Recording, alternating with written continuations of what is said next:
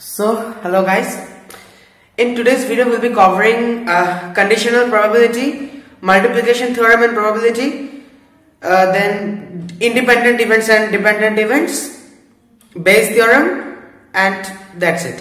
Like we will be covering everything in probability, class 12 probability, except the standard deviation, variance, mean, probability distribution, and those parts. Except those parts, everything will be covering in this video. Okay, so let's start. Now before that, see, these Omicron cases are increasing and everything, so schools are being shut down and everything, so we know that. So I'll be trying to complete the syllabus here on YouTube. At least maths and physics I will definitely try. So please subscribe to the channel, please follow me if you like. And yeah, so basically, see, before we start, let us get ourselves interested in the topic. First of all, conditional probability, Bayes theorem, these are all very interesting topics. Like for instance, let us give a simple example. Suppose I tell you this example. By the way, I should not plagiarize. This example I am taking from a video of 3 Blue 1 Brown. It's a very famous maths YouTube channel. I think you already know. If not, you can definitely follow them. It's a channel run by Grant Sanderson. So in the example, let me tell you. So suppose I tell you that I give you a description of a person. The person is like introvert, and it's like sort of like introverted and quiet and calm, and he keeps a lot of attention to details and like this. So is he more likely to be a librarian or is he more likely to be a farmer? So naturally you will say that he is more likely to be a librarian because he gives attention to details, he is introvert, he is quiet, so farming doesn't seem suitable. But do you consider for one second, do you consider that the number of farmers is huge as compared to the number of librarians? So even if you think that this man is, say, 3 times or 4 times more likely to be a librarian than a farmer, even then the probability that this man is actually a librarian is lesser than that this is actually a farmer. So these kind of situations, then suppose that example in NSAT you are having like HIV and like in disease, like when you are whether how much likely it is that you have a particular disease or not if you have tested positive, or even if you have tested negative. So these kind of cases and many cases in daily life, Bayes theorem is highly important. So Bayes was a great mathematician, and Bayes, he didn't understand the significance of his own theorem initially. So it was published after his death. So anyway, let's start. So before Bayes theorem, we have to learn about conditional probability. What is conditional probability? Because without a clear concept in conditional probability, we cannot understand Bayes theorem. And we'll be doing a lot of examples on the way. So just follow this video, watch this video. It will be an almost one-shot video because everything I'll be covering except the statistics part and probability distribution and those parts. And that is a very easy part. So this is the major part. Major part I'll be covering in today's video. So what about conditional probability? First of all, the notation. Suppose if I write PA/B or A upon B, whatever you say. So this means probability of A, probability of occurrence of A given B has occurred. So the thing which I am writing after the slash, that means that thing has already occurred. It is given to you. Suppose if I ask you probability B of B, obviously that will be 1, because this means they are asking you the probability of occurrence of B such that B has already occurred. So the answer is in the question itself. They are saying B has already occurred, so B must have occurred, so the probability is 1. Now we all know the basic things like a probability number of favorable outcomes by total number of outcomes. It must lie between 0 and 1 and these things, right? So that's it. Now, so this is the notation, probability of occurrence of A. This is the probability of occurrence of which you have to find, the first symbol, the first event. And the second event, this has already occurred. So this means conditional probability in the sense B has already occurred. I am applying one condition to this system. I am applying one condition. I have to find the probability of A such that B has already occurred, keeping in mind the condition that B has already occurred. So this is why we say this conditional probability. Now this is a very simple formula. Now I want to get to the feel of the formula, like from where is the formula coming from. So suppose let us consider a very simple example, like not an example. First of all, let us take, suppose this is the universal set, and here I have A and B. This is my A, this is my B, and this is A intersection B. I hope you are aware of the basic concept. What is A union B? It is A plus B minus A intersection B. Because see, this is A. Okay, let me show you. A union B means I should get a figure like this. This total A and B. So first of all, I add A plus I add B. Okay, so everything is fine, but I have counted this region twice. So I have to subtract one of them. So A plus B minus A intersection B. If A and B are disjoint sets, then A union B is simply A plus B. Because in that case, A intersection B is 0. So minus 0 means just A plus B. So just subtract this and you will get this sort of figure, A union B. So these are the basic ideas. Now suppose you see, we want to find the probability of occurrence of A such that B has already occurred. Here we are applying the condition. Suppose if I apply the condition, B has already occurred. That means you cannot go beyond this circle. You cannot go beyond this circle. Because if you are considering any point outside this circle, that means you are saying B has not occurred, while it is given in the question that B has occurred. That means you cannot go outside this circle. This is our condition. We are limiting our cases. We are narrowing down our cases.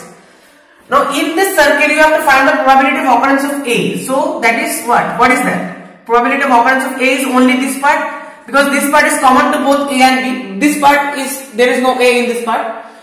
Now what is this? This is A intersection B. So this probability I can write it as probability of A intersection B by probability of B. Why? Because the total probability, I already told you, you cannot go beyond this circle. You cannot go beyond B. So PB is the total probability. This is your PB. So you cannot go outside this. That means your total number of possible outcomes must be confined to B.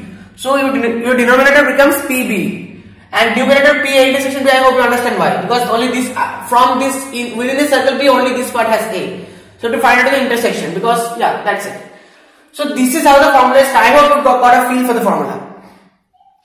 Now you can derive it mathematically also. That's nothing, no big deal. So yeah, this is our formula. Now from this formula, see, from this formula we can derive Bayes theorem. We can derive everything. This is the central formula. So it's crucial to understand this formula. See, from this formula we can derive multiplication theorem and everything. Suppose what is P A intersection B, I can just cross multiply these two. But I will be coming to those points soon. First of all, a few examples. Obviously, we should do some examples. Suppose a family has 2 children. What is the probability that both the children are boys, given that at least one of them is a boy? So you have to find out probability A given that B. So B is at least one boy. It is given to you at least one of them is a boy. And what is A? Probability that both the children are boys. Both the children are boys. Both are boys. Both are boys. Both are boys. So I will solve this question mathematically and I will give you a feel of this question as well. So first of all, let us assume that you don't know the formula. You don't know this formula. You just want to solve this question. So without knowing the formula, I can solve this question, but this will not work in all the cases. Like it will, you should not go by this method. So you should always do it formula wise. But let me show you this. See, A. What is the probability of A? First, okay, I'll not do mathematically. First of all, let us see. What is the probability of A? We need to find out the probability of A. Probability of A is both are boys. So okay, first of all there are 2 children. That means both can be boys. One can be boy, the second can be girl. First can be girl, second can be boy, or both can be girls. This is our sample space. So what is the, first of all forget the condition. Probability of A. Probability both are boys, that is 1 by 4. Okay, 1 by 4. So far so good. But now we apply the condition. Condition says that at least one is a boy. This is given to you. That means you cannot go outside this domain. You cannot go outside B. At least one is a boy given to you. That means you need to exclude this because in this case both are girls. So excluding this, your total probability becomes 3. Now you have to consider among these 3 you have to consider. So your final answer will come 1 by 3. 1, these two, both are boys, 1 by 3. Why 1 by 3? See, if you do it in the normal way, what is P of B? P of B, at least 1 is a boy, is 3 by 4. Here at least 1 is a boy, here both are boys, so at least 1 is a boy definitely. Here and here also at least 1 is a boy, but here there is no more. So 3 by 4, P of B. And what is P of A intersection B? P of A intersection B, what is the meaning of this? Both are boys, at least 1 is a boy. That means we have to consider both are boys, because if both are boys, then we are automatically satisfying at least 1 is a boy, right? So only one possibility, that is B. Out of 4. Here we are doing P A intersection B, so out of 4. So 1 out of 4. So 1 by 4 upon 3 by 4 will give you 1 by 3. So our answer is 1 by 3. Suppose if they ask you the youngest is a boy.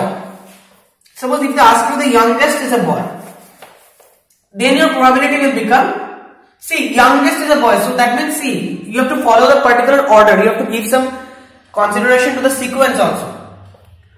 Youngest is a boy in the sense, suppose the first children is the younger one. So in this case the youngest is a boy. In this case the first one is a boy, so youngest is a boy.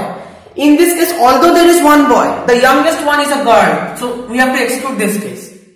So here our answer will become 2 by 4 or 1 by 2. Okay.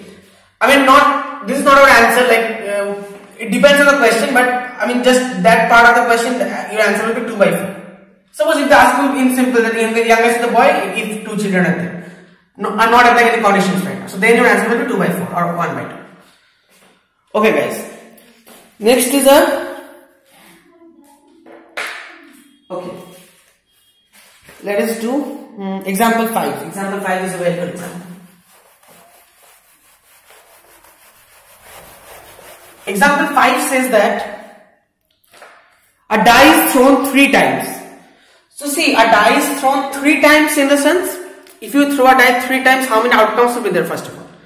So for, what is the formula basically? For each die, the number of possible outcomes is 6. I can get 1, 2, 3, 4, 5 or 6. And how many times they are thrown? 3 times. So total number of possible outcomes will be 6 cube or 216. So total number of possible outcomes will be 216. Now it is not possible to draw the sample because you will not draw 216 elements, obviously that's not possible. But see, question is given that a die is thrown 3 times, events A and B are defined as follows. So event A, I hope you can see this, yeah. Event A is 4 on the 3rd row. 4 on 3rd row. And what is event B? 6 on the 1st row and 5 on the 2nd row. 6 first, 5 second. Now rows means what? Rows means what? See, what are the possible number of outcomes? First of all, I can get 1, 1, 1. I get 1 in all the 3 cases. See, they are saying that 4 on the 3rd row. Oh, I'm sorry. 4 on the 3rd throw. That means this is my 3rd throw. T-H-R-O-W. On the 3rd throw, this is my 1st throw. This is my 2nd throw. And this is my 3rd throw. So they are saying I need a 4 here. So alright, I need a 4 here. So this one is fixed. Here I can put 1, 1, 2, 2, 1. Many possibilities are there. How many possibilities you can find out by permutation and combination? Basically there are many possibilities. But we don't need to do that. See, because the question is given that you have to find the probability of A given that B has already occurred. So B has already occurred means first throw 6 and second throw 5th. This has already occurred. Now we have to find out the probability of what? Probability of 4. So 6 and 5 already occurred. That means this can be 1, 6, 5, 1 I can get, or I can get 6, 5, 2, or I can get 6, 5, 3, or I can get 6, 5, 4, or 6, 5, 5, or 6, 5, 6. So only 1 out of 6 cases I am getting this answer. So my answer will be 1 by 6. Or if you do the general way, see, this is 1 by 216 upon 6 by 216. Why 1 by 216 upon 6 by 216? Because see, probability of B occurring, that 6 in the first throw and second and 5 in the second throw, like 6, 5. So there are only 6 possibilities out of 216. So 6 out of 216. And this is your A intersection B. So that means you need simultaneously 6, 5 and 4. So that is 6, 5, 4, 3 unique numbers, only one case it will be possible. So 1 by 216 upon 6 by 216, that is 1 by 6. Alright guys, next is example number 7. Example number 7 is a very crucial example because here you have to directly apply the formula, and if you are starting with these topics, there can be a confusion can come in your mind. So a little bit of confusion in conditional probability. So I will show you how to deal with it, because see, basically the confusion is that when you are when you are attaching the probabilities to the individual elements of the sample space, you have to consider all the possibilities. Like, let me show you the example, then you will understand. Consider the experiment of tossing a coin. If the coin shows heads, toss it again, but if it shows tail, then throw a die. So if the coin shows head, that means we are doing basically two tasks. So two tasks.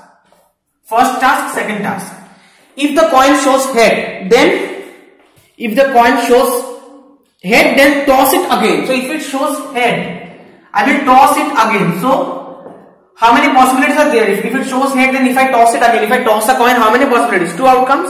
So either it shows head and I toss it again and I get a head one more time, or I get a tail in the second case. These two possibilities. No more possibilities if I get a head. But if I get a tail in the first throw, if it shows tail, then we throw a die. Now here things are starting to get interesting. So if we throw a die, if you get a tail, then we throw a die. Now throw a die means there are 6 possibilities. So I can write T comma I, where I ranges from I is 1, 2, 3, 4, 5, 6. Alright. Or let me write it because this might be confusing. T comma 1, T comma 2, T comma 3, T comma 4, T comma 5, T comma 6. Alright. Now what they have asked you? They have asked you, find the conditional probability of the event that the die shows a number greater than 4. Oh, I'm sorry. Conditional probability of the event that the die shows a number greater than 4, given that there is at least one tail. So what is given to you? What is given to you? There is at least one tail. At least one tail means how many cases? 7 cases. See, except this case, in this case there is at least one tail. Except this case, all the cases there is at least one tail. First of all, you have to, this is our sample space, right? So first of all, you have to attach the probabilities to these individual elements. Now this is where things can get a bit confusing. So what is the probability of getting HH? Now the question to ask here is that probability of getting HH with respect to what? When you are tossing two coins. So when you are tossing two coins, what are the, draw your sample space if you are confused. When you are tossing 2 coins, what are the possibilities? Either you get HH or HT or TH or TT. So out of 4 possibilities, HH is 1. So your first probability will be 1 by 4. Similarly, this is also 1 by 4. HT is only once. HT comes once out of 4. So this is not 1 by 2 or something like that. This is 1 by 4. This part is crucial. This part is crucial. Because when you are tossing 2 coins, you have to consider the sample space of tossing. Now when you are finding the, see, I am doing the usual way. So when you are finding this kind of probabilities, you are attaching the initial probabilities, you forget about the condition. Forget about any condition that has been given in the question. Just forget the condition. Just simple case, you are tossing 2 coins. What is the probability of getting HH? What is the probability of getting HT? 1 by 4, 1 by 4. Don't think about the conditions now. Conditions will be applying after this. First of all, we need to assign the initial probabilities. Here, we are tossing a coin and we are throwing a die. So we are tossing a coin means the total number of outcomes is 2. It can be head or tail. And we are throwing a die. Total number of outcomes is 6. So 2 into 6 is 12. Now this particular probability I am getting tail in the first coin toss and 1 in the die throw. This is only one case, so 1 by 12. This is 1 by 12. By 12. Similarly for all these cases, this will be 1 by 12.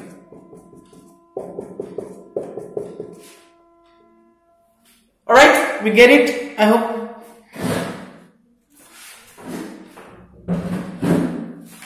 Okay, so let F be the event that there is at least one tail and E be the event that the die shows a number greater than 4. So F has already occurred, right? Yeah, F has already occurred. There is at least one tail, it has already occurred.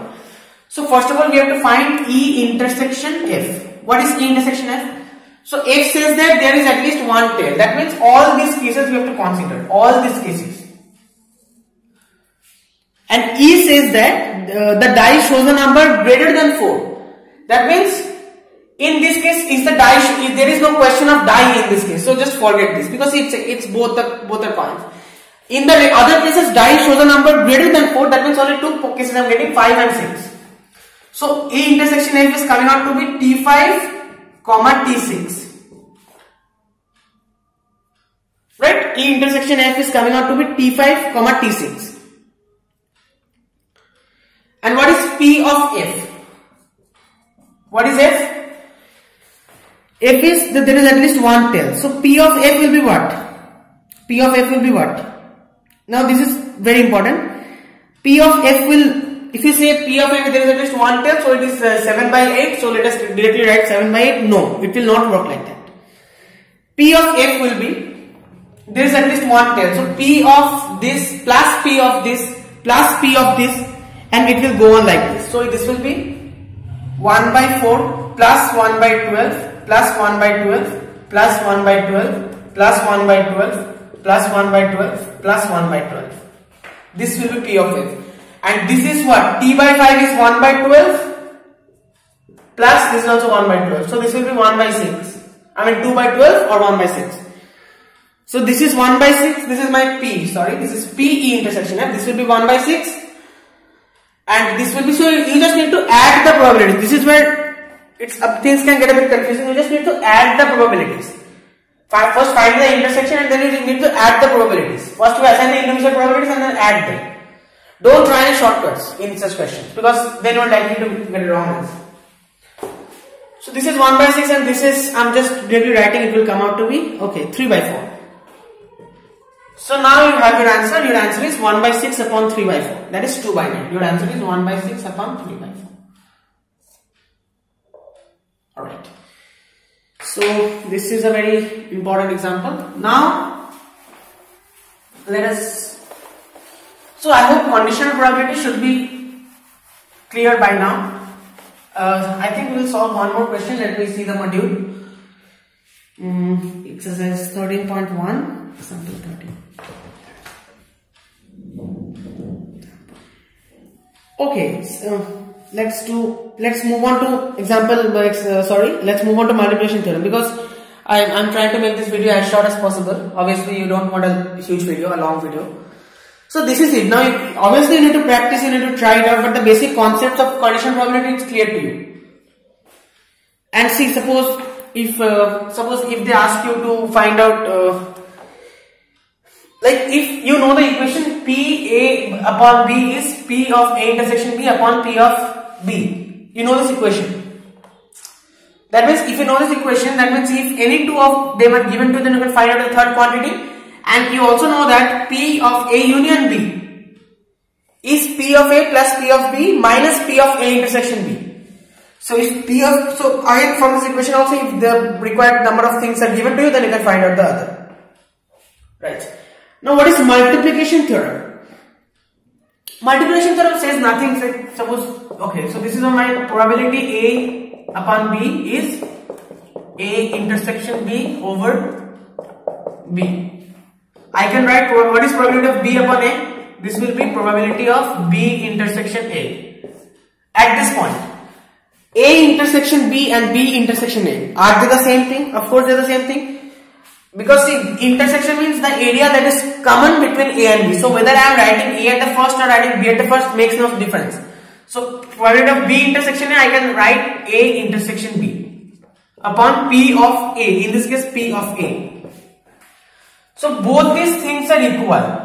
That means I can say, if I cross multiply, I can say this into P of B must be equal to this into P of A. I can say this, and this should be equal to P of A intersection B or B intersection A, whatever you write. So this is one formula I am getting. P of A intersection B is P of A upon B into P of B. P of A upon B into P of B. Alright? And we can also write P of B upon A into P of A. Same thing. So this is basically the theorem of the multiplication equation. Like for instance, okay, wait a second. Alright. So multiplicative rule for probability for more than 2 events. This is for 2 events. So sorry. Yeah, this is for 2 events, A and B. If there are more than 2 events, then see simply same concept. Suppose P A intersection B intersection C will be what? P. So first to write P A, then P A such that B has already occurred. Right?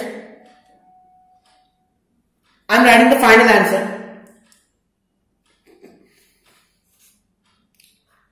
So PA, then PA such that, sorry, I'm wrong. PA such that this will be, yeah, sorry, PB such that A has already occurred. Alright? Next what? P of C. Now when you are considering C, both A and B has occurred. When you are considering C, both A and B has occurred. So PC such that AB has occurred. This C, AB when you are writing it basically means A intersection B. When you are writing AB, it basically means A intersection B. So you consider A intersection B to be a separate element, suppose X and X intersection C. So this is PC times X. Same thing you are getting. So suppose this is X times C. Okay. A intersection B is X. So what is this? Px intersection C will be P of X into Pc times X. Now what is P of X? P of X is P A intersection B. So that will be P, this thing. This is P of X basically. And this is P C upon X, where X is A intersection B. So this is how you can derive the formula. Sorry, I got confused in the middle. Now let's do an example. 3 cards are drawn. Okay, let's drop the board first. So this is all about multiplication theorem. Next we'll move on to independent events.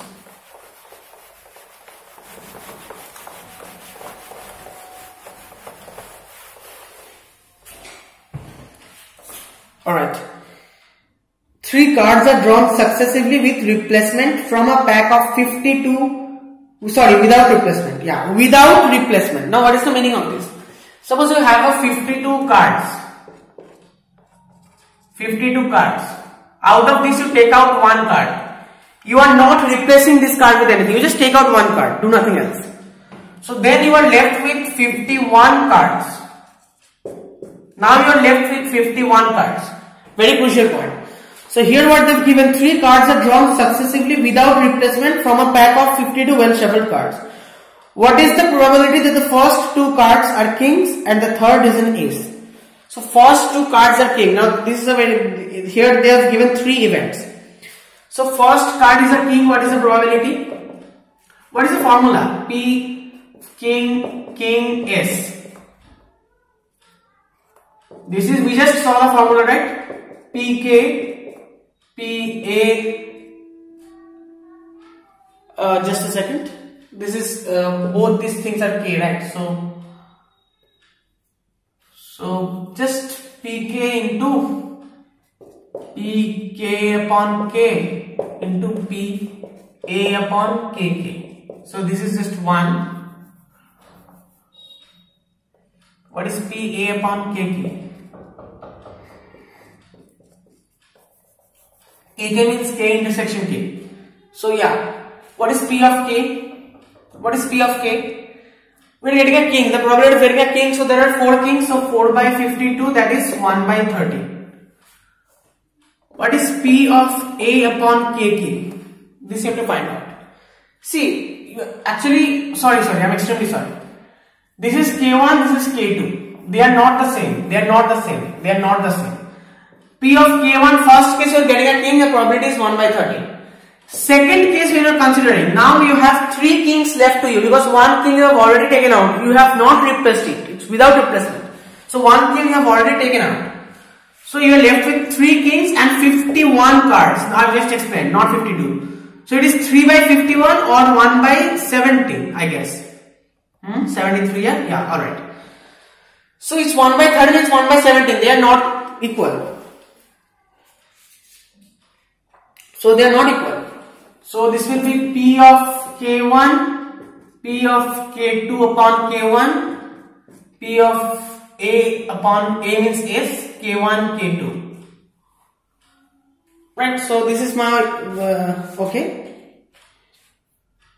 What will be the probability of getting S? So this I should write P of K upon K1 because I have considered the loss of one king. So I have considered K1 as already occurred. So P of K2 upon K1 is this, P of K2 upon K1 is this, and P of A upon K1, K2, that we are going to find out now. So two cards are out, but they are kings. So no ace is out. Ace, there should be 4 aces and 4 aces are still there. So this is 4. But since 2 cards are out, so 52 minus 2 is 50. Only we have 50 cards left. So this is 2 by 25. So your answer will be 1 by 13 into 1 by 17 into 2 by 25. Just this thing. Again, sorry because I got a bit confused. But see, this is what you have to do. We shouldn't write P. What is P of K2? If I ask you, just for the sake of understanding, P of K2 is you are just taking out one king. So that is again 1 by 13. When you are writing 3 by 51 or 1 by 17, that means you are taking into consideration that K1 is already occurred. So you should write P of K2 upon K1. And similarly, this is P of A upon K1, K2. K1 intersection K2 or K1, K2, whatever you write. So then you multiply this two, we just saw this formula, we just derive this formula, so then you can just plug these values and you can get the answer. So that I am not doing. This multiplication. Okay. Now next is independent events. What about independent events? So first of all, one important thing, independent events are mutually exclusive events. They are not equal.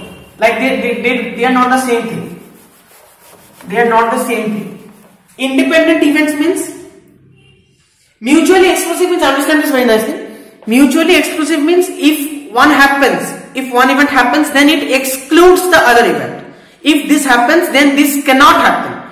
An independent event means if this happens, then this can happen, but they are not related. This does not depend on that. Simply that's the meaning of independent events. So it's a very crucial distinction. So first of all, what are independent events? Consider the experiment of drawing a card from a deck of 52 playing cards in which the elementary events are assumed to be equally likely. So if E and F denote the events, the card drawn is a spade and the card drawn is an ace, respectively. Then P of E, so you are drawing a spade. Spade means there are 13 spades out of 52, so 1 by 4. And P of F, that means you are drawing an ace, that is 1 by 13, 4 by 52, so 1 by 13. So E and F is the event, the card drawn is the ace of spades. That means P of E intersection F. Sorry, P of E upon F. That is P of E intersection F upon P of F. That is coming out to be 1 by 4. So basically how to check for the independence of two events? Suppose let us take a very simple example. It's not possible to explain you by reading from the book.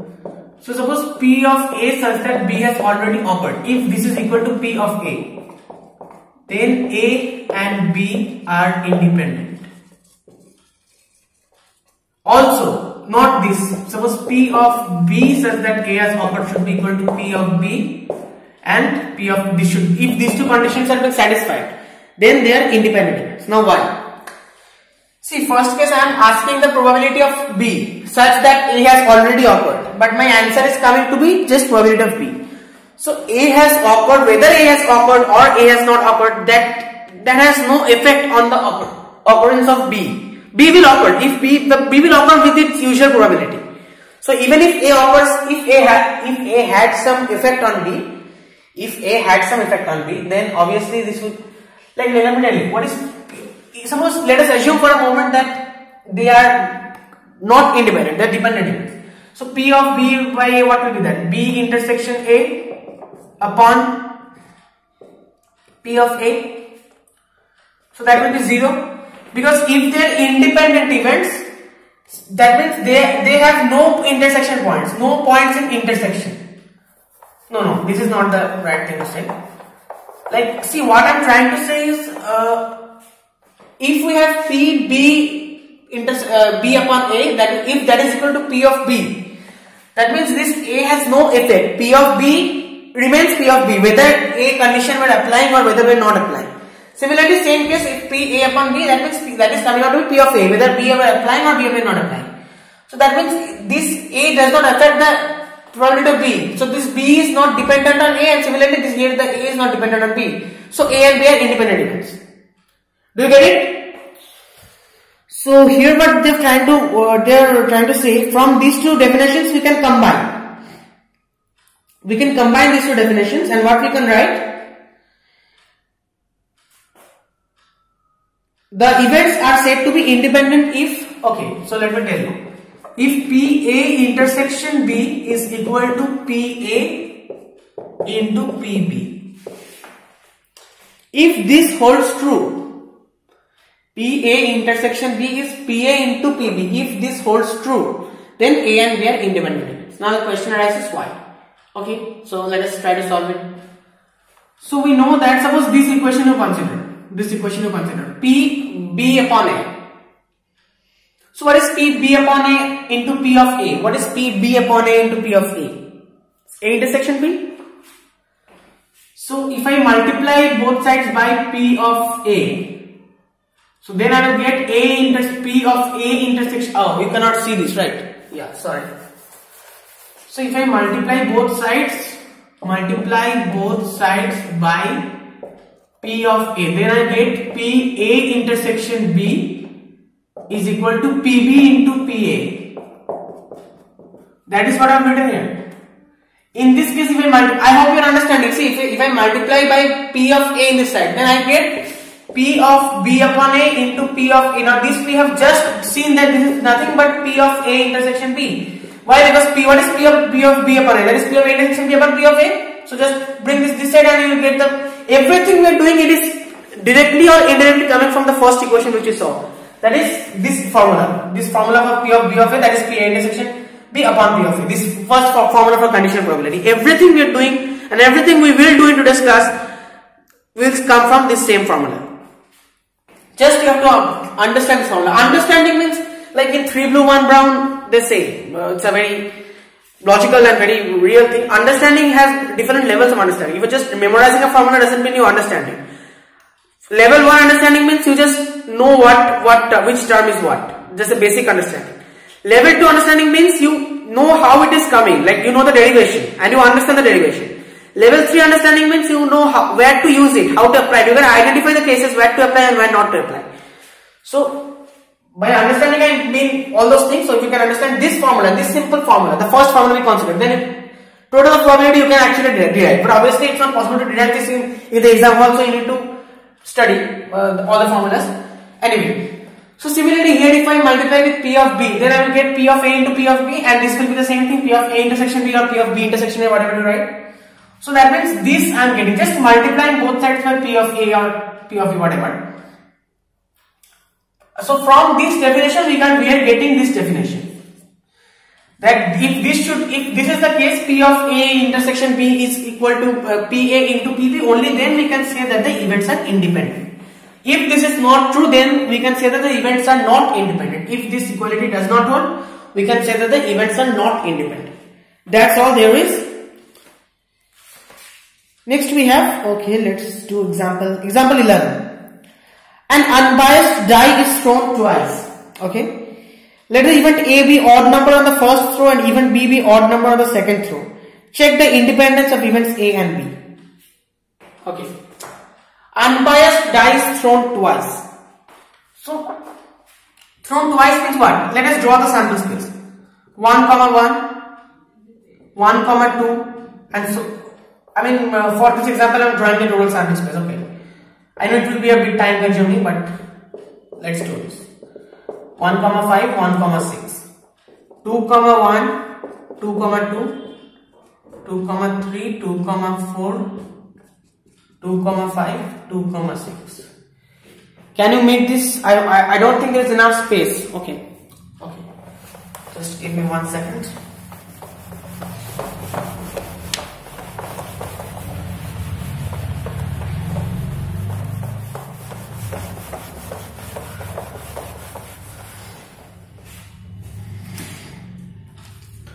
Unbiased die is thrown twice. So what will be the sample space?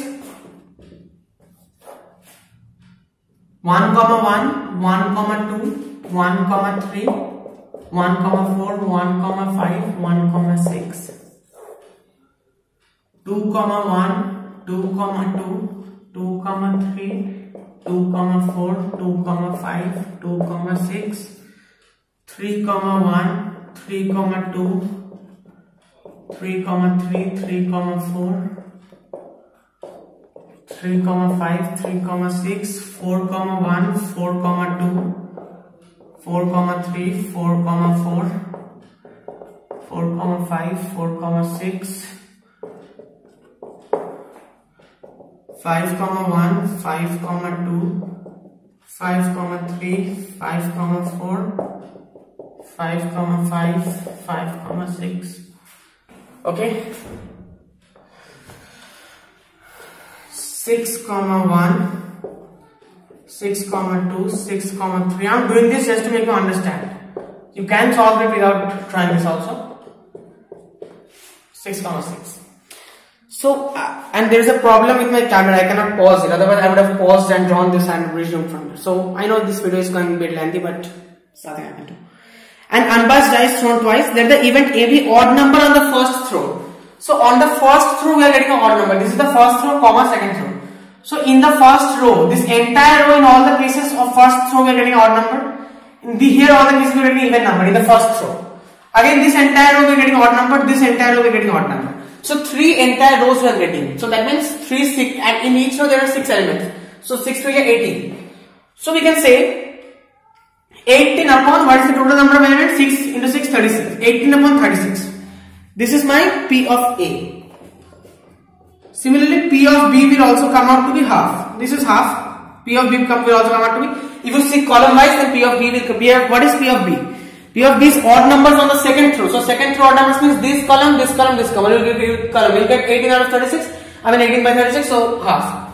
So we know what P of A is, what P of B is, and P of A into P of B is 1 by 4. This also we know. So what is P of A intersection B? If this P of A intersection is also equal to 1 by 4, then we can say that events are independent. That is what we have just learned. This should be equal to this into this. Now how to find out P of A intersection B? A intersection B means odd number in both the cases. So suppose, let me show you. This column we have taken, this column, then this row, and this row. So where you can see the intersections? Here is 1, 2, 3, 4, 5, 6, 7, 8, 9. So this is 9 out of. So see, this is very important. I am not considering A intersection, we have considered everything. So 9 by 36 you have to consider. That is 1 by 4. Okay, so they are independent events. You get it?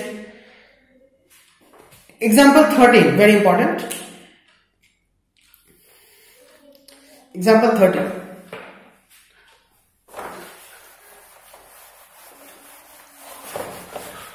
After this, we'll be moving on to, I guess, let me see.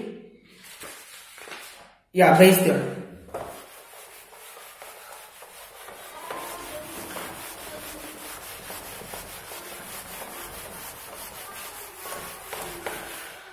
Okay guys, very good.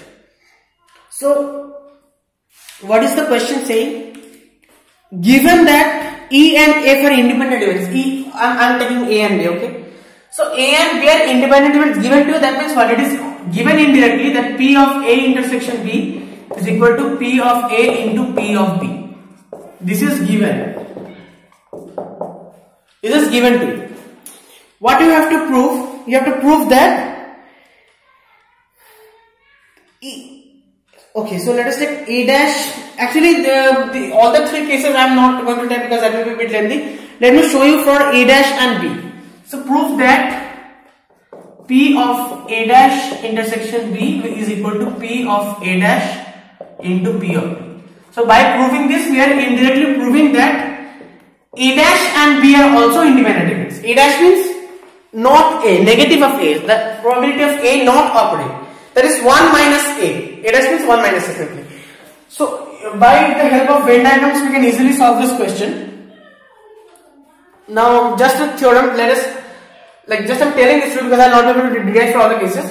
If this is true, if A and B are independent events, then A dash and B are also independent events, A and B dash are also independent events, and A dash and B dash are also independent events. So we are proving for one case A dash and B. Okay, so suppose let us take this set here. Suppose this is A, this is B, this is A intersection B. So what is A intersection B is this. So okay, what is A dash intersection B? A dash means everything except A. So just this circle you forget and everything else. That intersection B, so that is common with B. That means this region we are talking about. Only this region. I hope you can visualize. So this is my A dash intersection B. So this region you can also write. See, this is my B. So B minus we can write. This we are subtracting this from B. So B minus A intersection B we can write. So we can write P of B minus P of A intersection B we can write. P of A dash intersection B dash we can write it. Right. So P of A intersection B is given to P of A into PB. So P of B minus P of A into P of B we can write. So P of B common 1 minus P of A. What is 1 minus P of A? 1 minus P of A is P of B. P of B into P of A dash. That is what we have proved. We have started with this and we have reached here. So we have proved the result. Next is, okay, yeah, very important.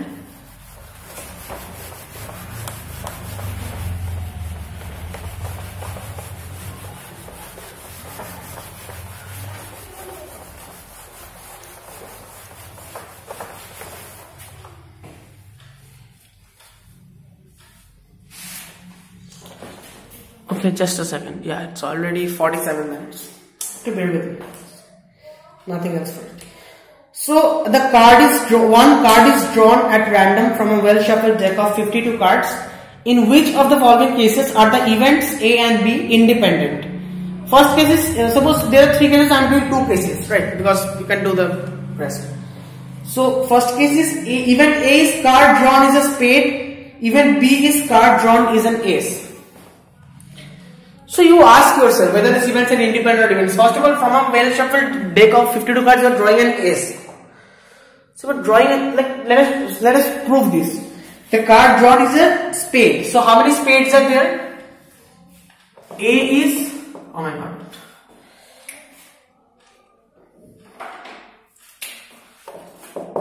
A is spade. B is ace. So P of, just wait a second. I have to refill these markers. Yeah, alright guys. So A is spade. So how many spades are there? 13 by 52, that is 1 by 4. P of A is 1 by 4. B is ace. How many aces are there? 4 aces. So 4 by 52, that is 1 by 30. P of B is 1 by 30. P of A into P of B is 1 by 52. 13 4 52. What is P of A intersection B? P of A intersection B means it has to be an ace and a spade simultaneously. So there is only one such card. See, there are spade, clubs, diamonds and hearts. So in each of these categories there is one ace, one diamond ace, one spade ace, one club ace, one heart ace. So spade ace, there is only one spade ace, right? So probability of A intersection B will be 1 out of 52. So these two are equal, that means they are independent events. Next example, let's consider event A is the card drawn is a key. This is a very important example because in this case, so far we are seeing that the events are independent, but in this case we will see that the events are not independent. They are in fact dependent on one another. So event A is that the card drawn is a king or queen. Event A is that king or queen. Event B is that the card drawn is a queen or jack. So A intersection B is obvious. King and jack, they have nothing in common. A intersection B will be what? Queen. So how many queens are there? 4 upon 52, that is 1 upon 30. What is P of A? King or a queen. That means there are 4 kings, there are 4 queens. It needs to be king or queen. So any of the 8. 4 plus 4 is 8. So 8 upon 52. P of B, again same thing. There are 4 queens, 4 jacks. So this will again be 8 upon 52. So 8 upon 52 into 8 upon 52 is not equal to 1 by 30. So they are not equal. So in this case, if they are not equal, if this is not equal to the product of this, in that case we can say that the events are not independent. Okay, this question let us consider. This question is, we have done similar type of question in class 11 I think, but let's do this nevertheless. And after this, straight to Bayes theorem. See, in a hostel, 60% of the students read Hindi newspaper, 40% read English newspaper, and 20% read both Hindi and English newspaper.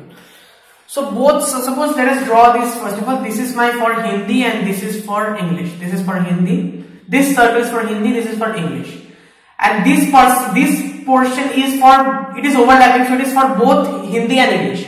So 20% given, they read both Hindi and English newspapers. So this is my 20%. Now what will be my this region? Only this region I am talking about, only this region, not this, not A. Only this region I am talking about, not A. So what will be this region, you tell me? This region will be simply, what will be this region? So given that 60%, actually this is not A, this is A, so Hindi and English. So 60% read Hindi newspaper. Now out of those 60%, 20% are already covered because they read both Hindi and English. That means they read Hindi also. So this will be 60 minus 20, that is 40%. I hope you are understanding I am talking about only this, let me shade it, only this region I am talking about. Not age. Total age is 60%. 40 plus 20, 60. Similarly, English newspapers 40% read, out of 20% already covered. So that means this region I am talking about, this region, this is 40%, sorry 20%. And this is my universal set. 100%. So find the probability that, suppose a student is selected at random. Find the probability that she reads neither Hindi nor English newspaper. That means she must lie outside this shaded portion. So what is the probability? This is 40%, this is 20%, this is 20%. So 40 plus 20 is 80. Sorry, 40 plus 20 is 60 plus 20 is 80. So 20%, 20 upon 100, probability will be 1 by 5. Why 20 upon 100? See, total 100%. Out of them we can clearly see that 80% reads newspaper, either Hindi or English or both.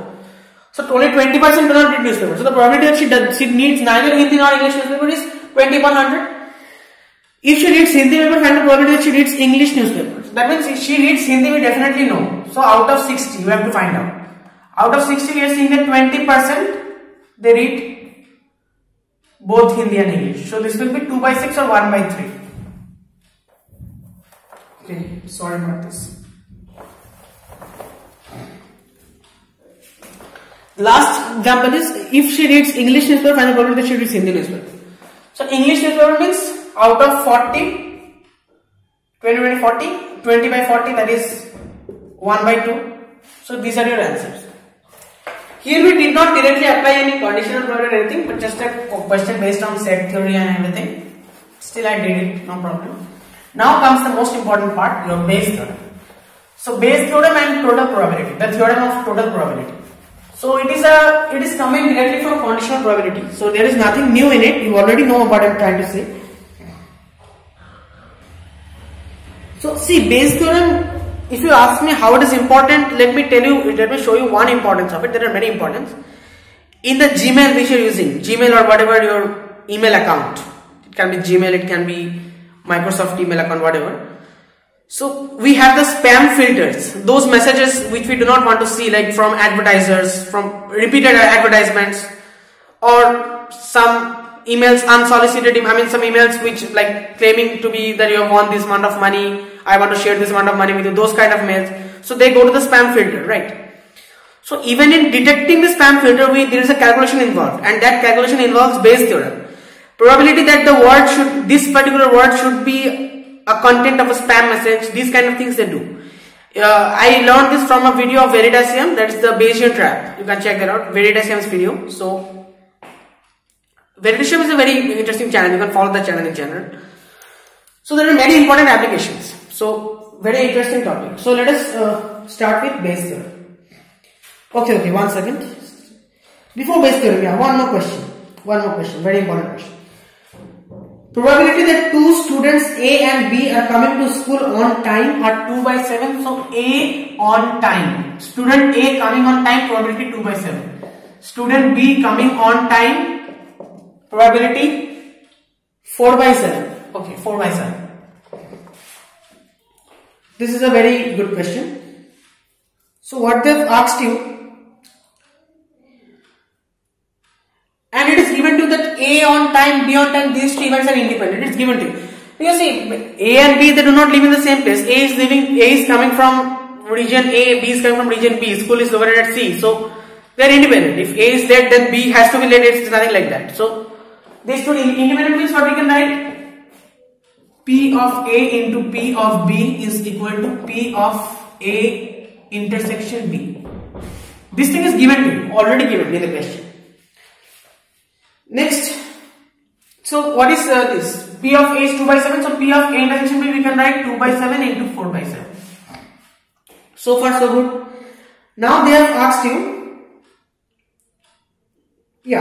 so now they have asked you, at least one of them reaches on time. What is the probability? At least one of them reaches on time. What is the probability? At least one of them reaches on time. Now see, at least one of, actually it's not at least one of them reaches on time. Probability that one of them reaches on time and the other does not reach on time. Like it's not at least, probability that one of them reaches on time. So either it can be A reaches on time, intersection B does not reach on time, or it can be A reaches on time, A does not reach on time, but B reaches on time. See, both of these events cannot happen simultaneously. I hope you are understanding. Both of these events cannot happen simultaneously. If A reaches on time, then A is not reaching on time. It's not possible. So either A reaches on time and B does not reach on time, or A does not reach on time and B reaches on time. See, the question is given that one of them reaches on time and the other does not reach on time. It's not like at least one of them, because in that case we have to consider this case also. Both A and B reaches on time. In that case, at least one of them reaches on time. So all means you have to consider this union this. Or means union, you all know this, and means intersection. So this union this, now see, union this means this plus this minus intersection. But will there be any intersection? Tell me. Will there be any intersection? These two events are mutually exclusive. If A is coming on time, then automatically we cannot say that A is not coming on time. Again, if B is not coming on time, if B is coming on time, then we can automatically say, you can see these events, these two sets, they are mutually exclusive. There is nothing, like for instance, let me show you. This is my A, this is my B. So they are disjoint events. It's given in the question, like I told you, it's given in the question that A and B, they are disjoint. So A, this is my, so A intersection B not B. So this is A and not B means this everything except B, so that is A itself. So this is P of A itself. Union P of A naught intersection B. A naught, that is P of B itself. So here it will be A plus B, because the intersection B is 0, there is no intersection. So we can write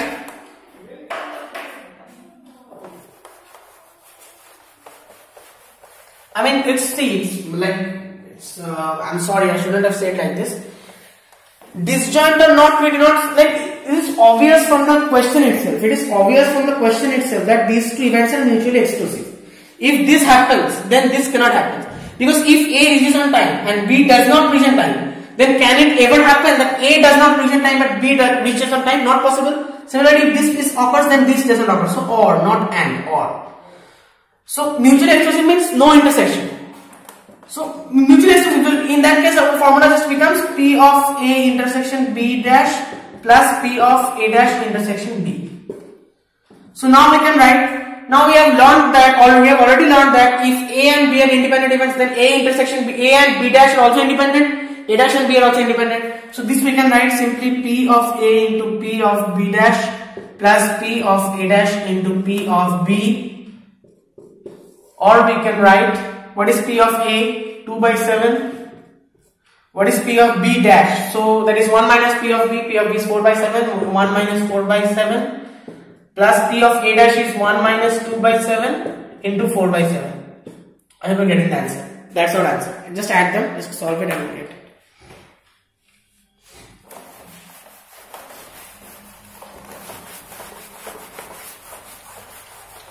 Okay, now base theorem. So base theorem, I have been talking about base theorem like it's a very big deal, it's a very interesting, obviously it's interesting, but it's a very big thing.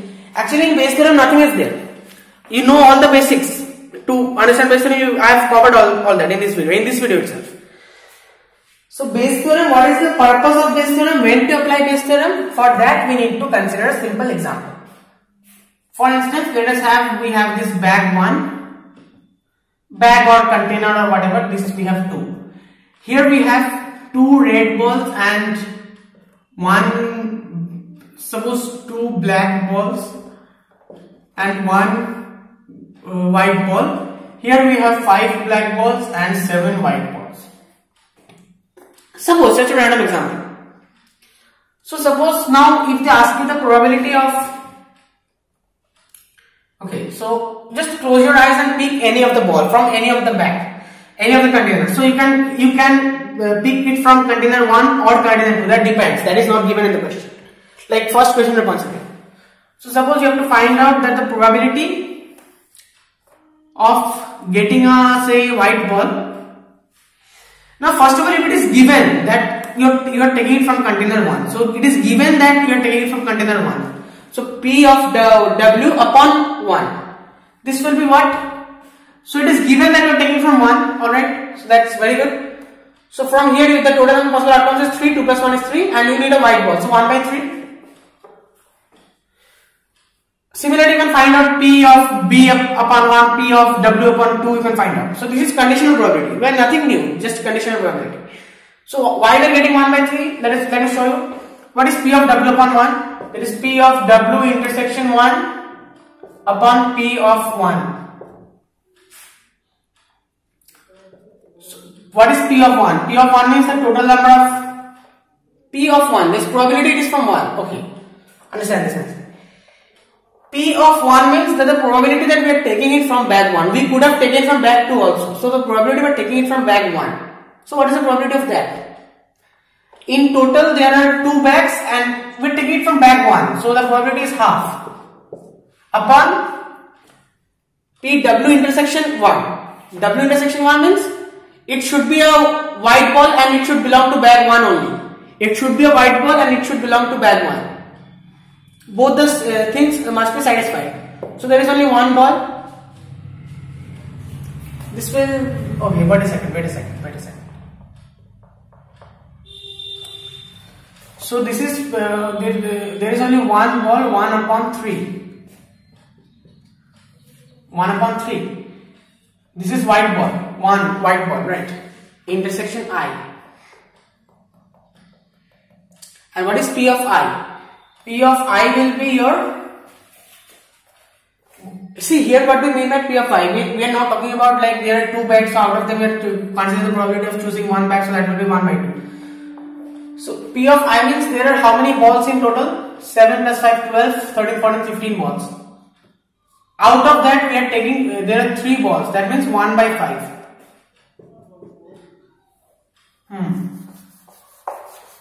Let me figure this out.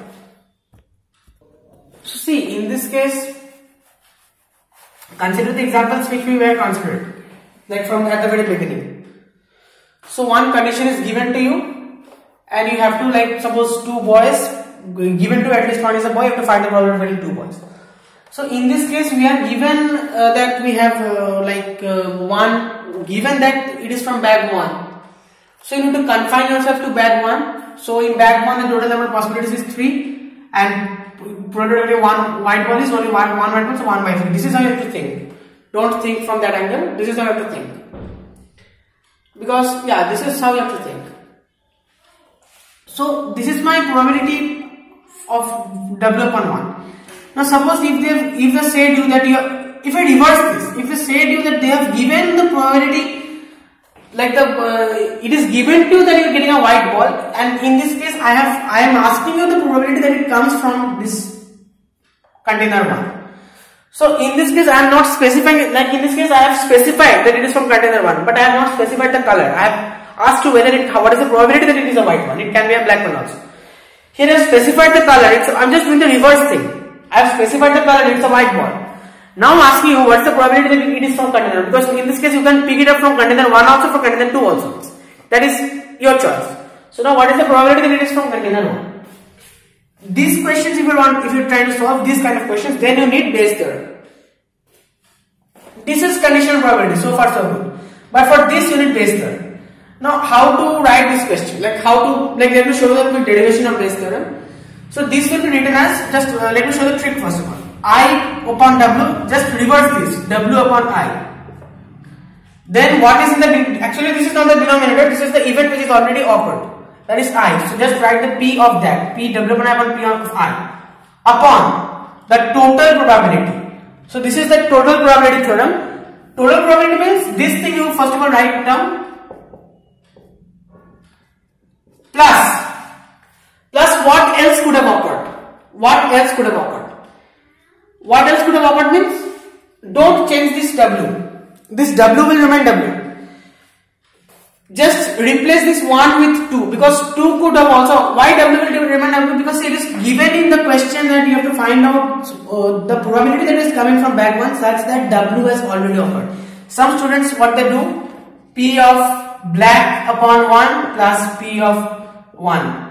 I have seen, very rare mistake, but I have seen it. That's why I am showing you. No, don't consider black, because it is given in the question that white, you are getting a white ball. It's given in the question. This is a fixed, you cannot alter this truth.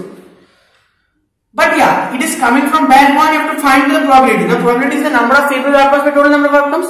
So in total number of outcomes, you have to consider the possibility that it could have come from bag 2 also. So P W from 2 into P2. This is a Bayes theorem. So the denominator, how to find out, this is called your total probability theorem. This is called a total probability theorem. And after this, if you this by this will give you the Bayes theorem. So the derivation, let me show you first of all. Just note this down.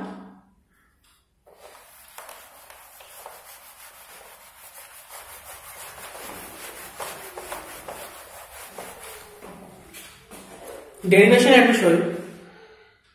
So suppose you have suppose this is my B. Okay.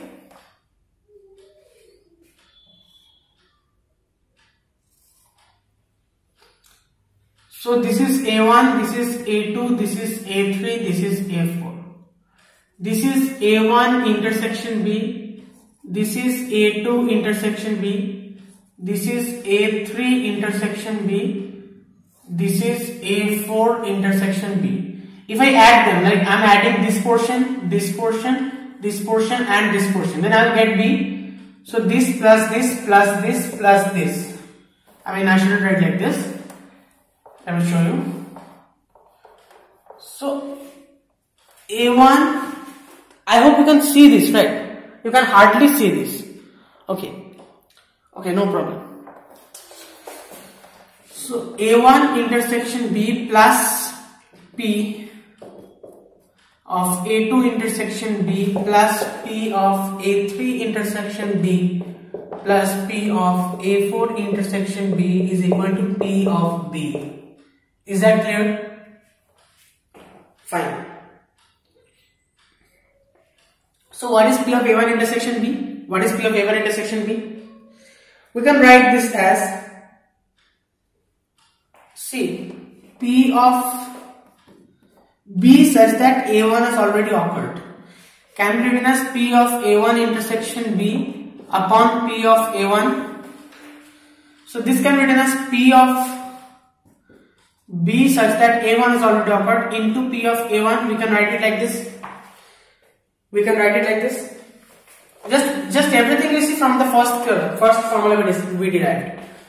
Next, this can be written as P of B such that A2 has already occurred into P of A2. This is a total, I'm just applying total probability theorem, nothing else. This is what the total probability theorem says to you.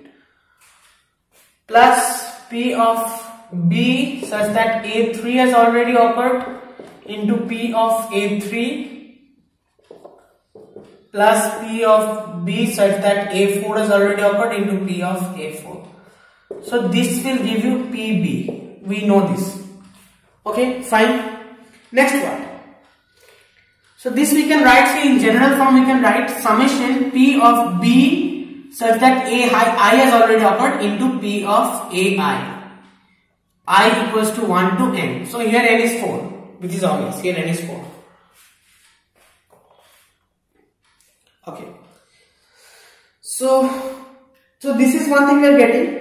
Now you suppose you want to find out what is the probability of AI such that B has already occurred. What is the probability of AI such that B has already occurred? So that will be, wait a second. Yeah. So you want to find out probability of AI such that B has already occurred. Just tell me what this will be. This will be probability of B such that AI has occurred into probability of AI upon this total case. This total case means I can write in short summation I equals 1 to n probability B such that AI is occurred into probability of AI. So here I am taking the summation, or let me write, suppose I want to find it for A2, suppose I can for A3 also. So in that case B such that A2 is occurred into probability A2, the thing which you try to find out, that will be in the numerator and the rest will be in the denominator. So this total thing, in place of this we can write P of B such that A2 is already occurred into P of A2 upon P of B, because we just saw that this entire thing is equal to P of B. So this is all about Bayes theorem, nothing else, nothing new. So we will be considering a few examples before ending this class. I hope you understood when to apply Bayes theorem and when not to apply Bayes theorem. Like if you try to find out if you want to find the source, like the outcome is given to you, like it's a white ball, it's given to you. Now you want to determine whether it came from bag 1 or container 1 or container 2. In such cases you have to apply Bayes theorem, because see, if you try to proceed with just conditional probability without modifying these things, you will find that it is not possible to find the answer. So in such cases you need Bayes theorem. Now we will do some questions to get the feel of this theorem better.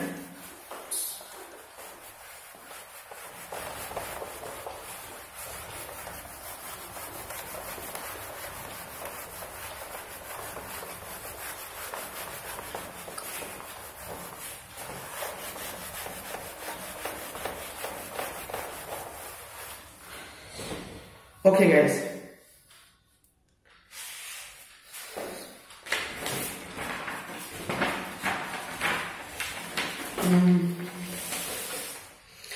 So these examples are already given to you in your NCERT, so examples are not, but example 18 is a very important example. That is example 18. Then we will be doing 3 questions. So example 18, suppose that the reliability of a HIV test is specified as follows. Of people having HIV, 90% of the tests detect the disease, but 10% go undetected. Of people free of HIV, 99% of the tests are just HIV negative, but 1% are diagnosed showing HIV positive. So these 1%, they actually don't have HIV, but they are diagnosed with positive. Obviously these tests are not 100% accurate. So from a huge population of only of which only 0.1% have HIV, One person is selected at random, given the HIV test, and the pathologist reports him or her as HIV positive. Now, what is the probability that the person is actually having HIV? So, this is where Bayes theorem comes in. Now, let E denote the event that the person actually selected is actually having HIV. So, you are asked to find out the probability the person is actually having HIV. So, suppose A is having HIV and B is tested positive. So B has already occurred. You have to find out A such that B has already occurred because it is given to tested positive. So that means what? P of B such that A has already occurred into P of A upon P of B such that A has already occurred into P of A plus what we will alter? B has already occurred. B cannot be changed. We can alter A. Alter in the sense, what is the other possibility? A means having HIV. So the other possibility is that it's not having HIV. So that is, so we can write P of B A dash into P of B, sorry, P of A dash into P of A dash. Are there any other possibilities? See, this can go on. This can be like in the previous case we considered there were 4. N was equal to 4, but here there are only 2 possibilities. Here there are only 2 possibilities. So this is it. See, we have to also consider, when we are considering the thing, we have to consider those persons who actually don't have HIV. Very less amount, but still we have to consider. Those persons who actually don't have HIV, but they are also testing positive. B means test positive. So what is P of B such that A has already occurred? What is P of B such that A has already occurred? So B means tested positive such that he is having HIV. He is having HIV and he tested positive. So you can just find this out. Of people having HIV, 90% of the test did the disease, but 10% go undetected.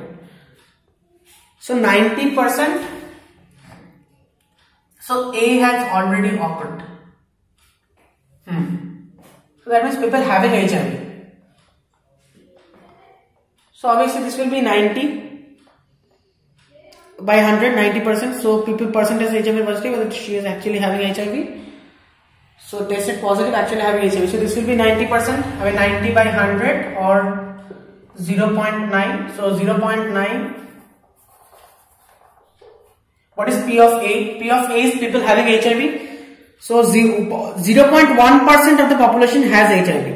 So 0.1 upon 100. 0.1% is 0.1 upon 100. So 0.001. So 0.9 into 0.001 upon, this will be same, 0.9 into 0.001 plus P of B such that A, like people have not having HIV but they are testing positive. Probability is what is given to you that of people free of HIV, 90% test are judged negative but 1% are diagnosed showing positive. So 1 by 100, 0.01. What is P of A dash? A dash means not having HIV, that is 99%. That is 99%. I mean, see, it is 0.001 people having HIV. So P of A dash should be 1 minus this, so 0.999. So let us check it with the NCERT ones. Yeah, so this is our answer. Now if you find this out, if you calculate this, you are actually getting 8.3%. I mean 0.083. Thus the probability that a person selected at random is actually having HIV given that he or she tested positive is 0.08. So yeah, this may seem counterintuitive if you try to think about it in a common sense way, but this is what Bayes theorem tells. Next we will do example 13.3, sorry, exercise 13.3, question number 6, and then one more example we will be doing.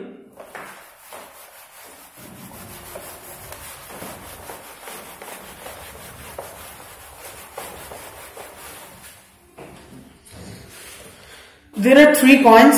One is a two-headed coin. So first one is a two-headed coin. Means both sides are head. So in this, if you toss this coin, you will always get a head. Probability of getting head is 1. Second coin is a biased coin such that it will give you a head 75% of the time. Third coin is a normal coin. So 50% of the time it will give you head. Normal coin. Unbiased coin. So one of the three coins is chosen at random and tossed. It shows heads. So it is given to you that you are getting a head.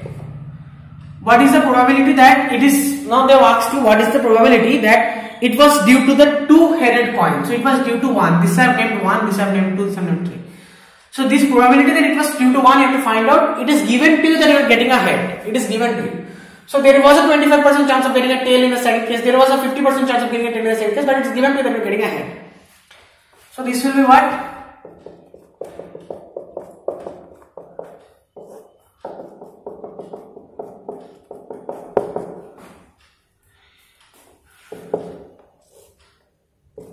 Now see, in this case, h is fixed. So P of h upon 2 we have to consider, into P of 2 plus P of h upon 3 into P of 3 we have to consider. There are 3 cases. So this is the initial case plus, so there will be 3 terms in the denominator. I hope you understand it. So what is P of h such that 1 has already occurred? See, if 1 has already occurred, that means if you are tossing a two-headed coin, the probability of getting a head is always 1, right? In all the cases we get a head. P of 1. Now P of 1 means here we have to consider there are 3 out of 3 cases we are choosing, out of 3 coins we are choosing this first coin. So this is 1 by 3. This will be same 1 into 1 by 3 plus P of h upon 2. You have chosen this coin, second coin. Probability of getting a head is 3 by 4 because 75% of the times you are getting a head. Into P of 2 is 1 by 3 again. Probability of choosing 2 from 1 to 3 is 1 by 3. Plus again P of 3 is 1 by 3 into h such that, so if you are choosing 3, the probability of getting head is just half. In this case just half because it's a non-unbiased coin. Sorry, unbiased coin. So half. So this is your answer. You can just calculate. Next question. And the last question. So I hope I gave you a basic introduction. Obviously, but anyway, it's a good start. So last question to consider. You throw a die. If 1 or 2, if you are getting 1 or 2, then what you do? Then you toss a coin 3 times and note the number of tails. Toss coin 3 times and note the number of tails. If you get 3, 4, 5 or 6 in the die, then you toss coin once and notes whether head or tail. So you toss coin 1 time, toss coin 1 time and note whether heads or tail. So here you are noting the number of tails and here you are noting whether it's a head or a tail. Alright. So if the person gets exactly 1 tail, so probability gets exactly 1 tail given to you. This has already occurred. What is the probability that she threw 3, 4, 5 or 6? Suppose this I am considering A and this I am considering B. So it is given that you have to find the probability that this came due to B. See, if I am tossing A, I hope you are understanding the question. Let me understand this once. If she gets exactly 1 tail, so she has already got 1 tail. This is your given in this is given, this condition. This is already happened. So write this to the right of the slash. What is the probability if she gets exactly 1 tail, not more than 1, not at least 1, exactly 1 tail? Then what is the probability that she threw either 3, 4, 5 or 6? So see, here there are either 2 possibilities. You are throwing a die, so usually there are 6 possibilities, but here there are 2 possibilities. Because see, one is A, like if it is 1 or 2, doesn't matter, 1 or 2, then you will do this thing. If it is anything else, 3, 4, 5 or 6, you will do this thing. So there I have break it down to 2 possibilities.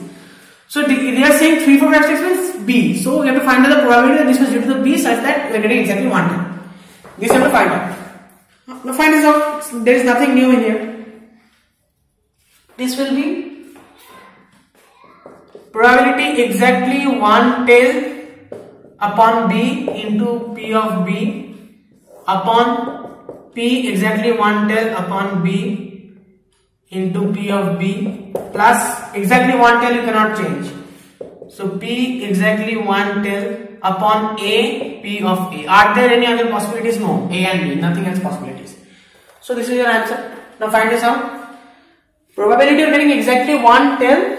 You are already getting B. B means what? So you are getting 3, 4, 5 or 6. You are getting 3, 4, 5 or 6. So first of all, what is the probability of B? So here we are considering either A or B. So either we will get 1 or 2 or we will get 3, 4, 5 or 6. So 1, 2, 3, 4. There are 4 cases out of 6. So probability of B will be 4 by 6 or we can write, I am not simplifying this, I am just writing it directly. So I am not solving this. So 4 by 6, this will also be 4 by 6 plus P of A. A means only 2 cases, so 2 by 6. Right? So far so good. Now what is probability of getting exactly 1 tail such that B? So if we are doing B, if B, then what is happening? Tossing one coin and noting whether head or tail. So you are tossing one coin and getting exactly 1 tail. So if you are tossing one coin, then either head or tail. So sample space is H comma T. So in that case, getting exactly 1 tail, that is half probability. Probability of getting exactly 1 tail, I've written this E1T, exactly 1 tail. I hope you are understanding, because yeah, just written in short. So probability of getting exactly 1 tail, if in case of A, if you're getting 1 or 2, then what you're doing, you're tossing a coin 3 times and noting the number of tails. So if you're tossing a coin 3 times, this is our sample space for B, this is sample space for A. What will be your sample space? H, H, H. See, there are 2 outcomes, either head or tail. Can you see this, by the way? Okay guys, you cannot see this, right? So sample space due to B is H comma T and sample space due to A is, I am writing it here. So there are 2 possibilities, either head or tail, and how many times you are tossing? 3 times. So 2 cube, there will be 8 possibilities, 8 possible outcomes.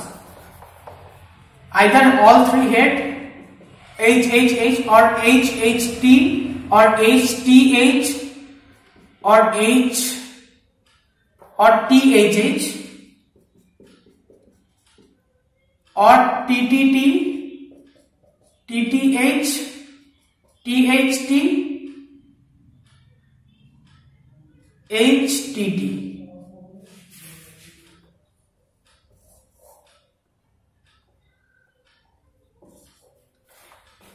Can you see it? Yeah, you can see it. You can just make it out. Alright, no problem.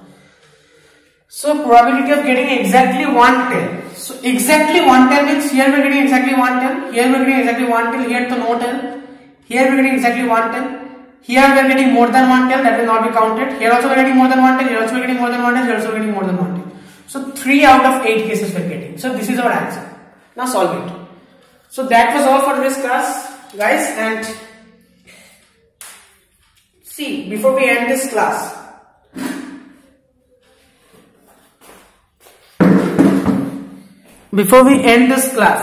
so this Omicron and everything, so we are living in an uncertain world today, that's obvious, and so just a little bit of message, like I ask everybody of you to stay safe, stay at your, do not go out unnecessarily. I know some people are thinking that this is all a hype, all a manipulation, media plan or everything. It may be the case, but definitely there is something, right? So many people are dying, so many people are being infected. So stay safe at this point of time, stay healthy. And one more thing, this I have said once previously also, I have told you. Again I am telling you, this is my philosophy of living life. Live each and every moment such that you will not regret it if you were to die the next moment. That means you have to live each and every moment happily. Live each and every moment so happily that even if you were to die the next moment, you will not regret it. I hope you are getting this. This philosophy always remember, and again we are living in an uncertain world, obviously things are getting out of hand and I don't know what will happen, whether I will be alive to teach you the next day, I don't know, I know nothing, but yeah, let's hope for the best, but be ready for the worst. So that's all guys, thank you.